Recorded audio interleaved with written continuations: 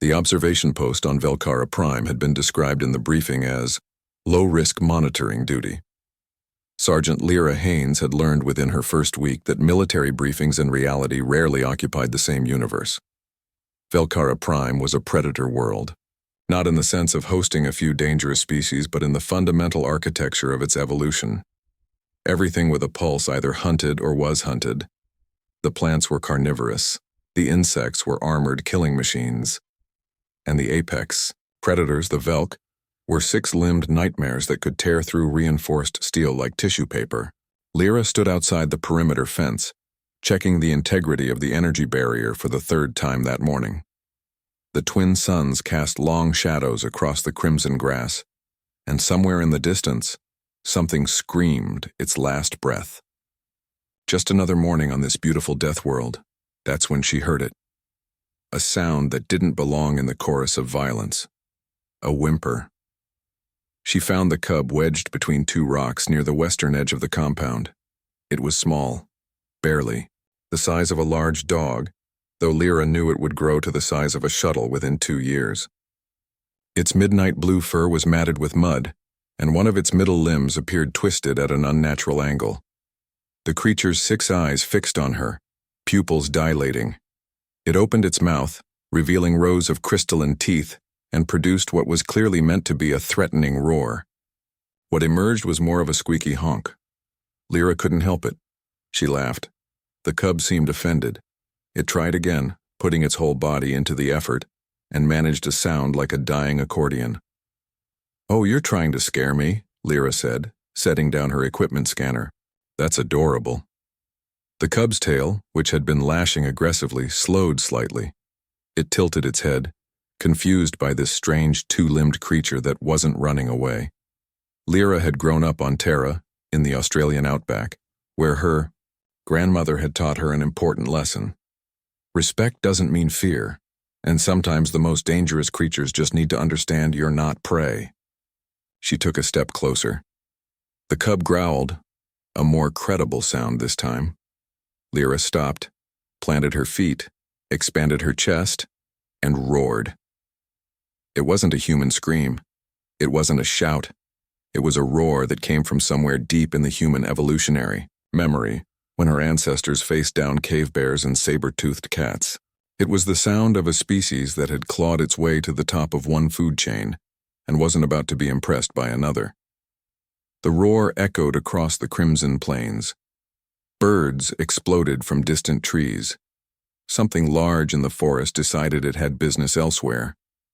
The cub's eyes went wide, its ears flattened against its skull, and then, in a movement that would later become legendary in xenobiological circles, it rolled onto its back, all 6 legs in the air, and its tail began to wag. Not the aggressive lashing of before, an actual wag, happy, submissive, playful. "Well," Lyra said, slightly surprised at her own success. "Okay then." Over the following weeks, the cub, whom Lyra named Core, became a fixture around the observation post. His injured limb healed with the application of the station's medical gel, something that should have been impossible according to the xenobiology database. But Velcaran physiology, it turned out, was as stubborn as it was deadly. Core learned quickly. He learned that the humans inside the barrier were not food. He learned that the supply drones were not toys, though he tested this hypothesis several times.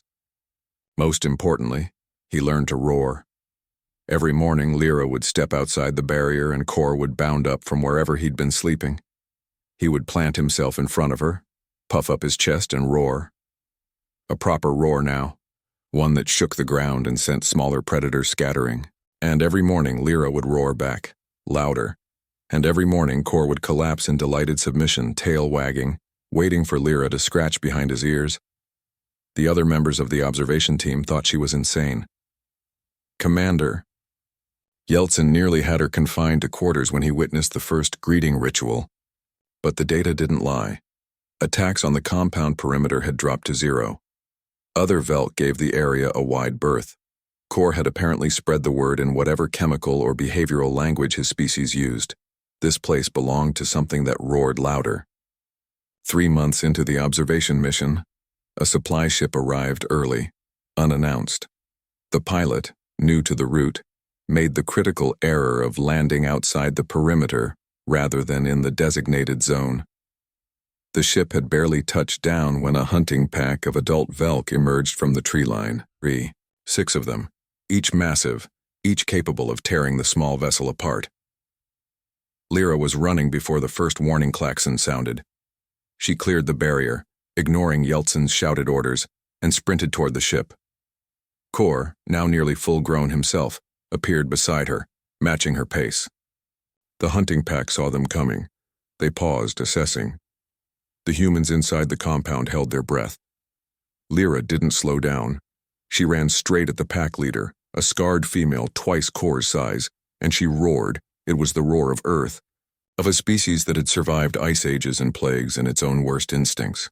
It was the roar of every human who had ever looked at the impossible and said, "Not today."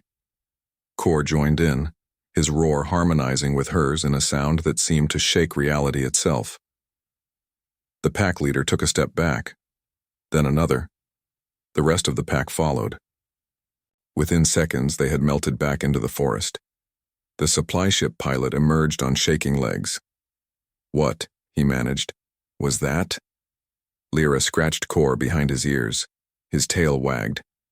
"That," she said, "is what happens when you teach a predator that there's always someone who roars louder." Kor nuzzled against her shoulder, nearly knocking her over with his affection. In the end, the deadliest predator world in the sector had taught humanity an old lesson in a new way. Respect is a language spoken across species, and sometimes, the best way to make a friend is to prove you're too crazy to be scared. As they walked back to the compound, Lyra could hear Commander Yeltsin already preparing his report. She didn't envy him the task of explaining this to command. How do you document the fact that humanity had just added Predator Whisperer to its growing list of improbable talents? Behind them, from deep in the forest, came an answering roar. Not threatening, almost curious. Kor's tail wagged harder. "Yeah, buddy," Lyra said. "I heard them too. We'll introduce you to your family properly tomorrow." Because if there was one thing humanity excelled at, it was making friends in the strangest places, even on a world designed to kill them.